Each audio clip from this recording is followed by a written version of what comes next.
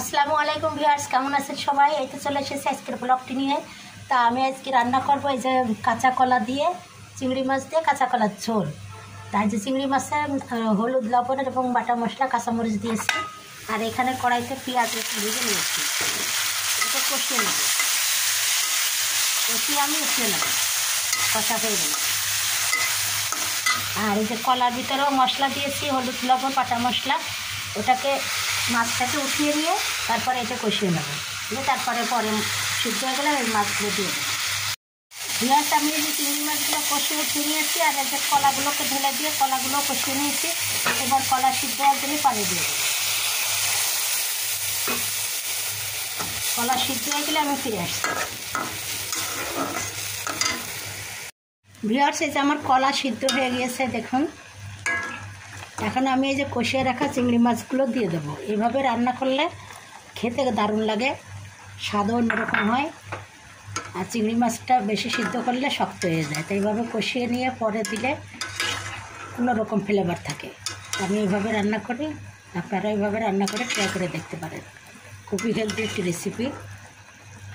তা আমি একটু ফুটে উঠলে ভাজা জিরের গুঁড়া দিয়ে নামিয়ে নেব। ভিউয়ার্স, এই যে আমার কাঁচা কলা দিয়ে চিংড়ি মাছের ঝোল রান্না করা হয়ে গেছে।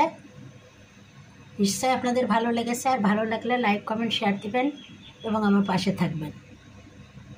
খুবই হেলদি একটি রেসিপি। বিভিন্নভাবে কলাকে রান্না করে খাওয়া যায়।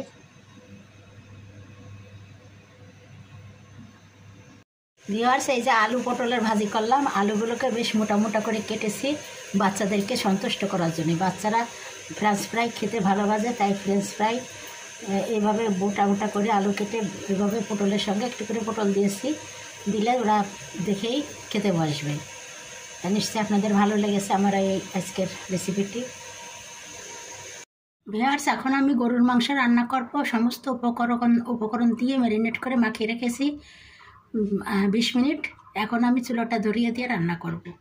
লো হিটে চুলোটা ধরিয়ে দেবো। আস্তে আস্তে জালটা হবে, কষা হবে, মাংসের ভিতরে লবণ, ঝাল, মশলা ভালো করে ঢুকবে, খেতে ভালো লাগবে। ভিউয়ার্স, এই যে আমার মাংস কষা হয়ে গেছে, এই যে তেল বেরিয়ে আসছে অনেক।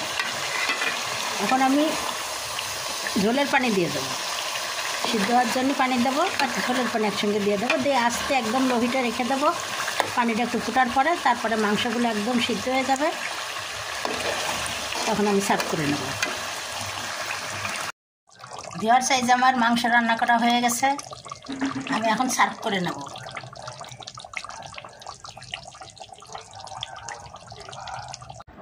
চিকেন রোস্ট বানালাম। ভালো লাগলে লাইক, কমেন্ট, শেয়ার দিয়ে আপনার পাশে থাকবেন। আজকের মতো বিদায় নিচ্ছি। আল্লাহ হাফেজ।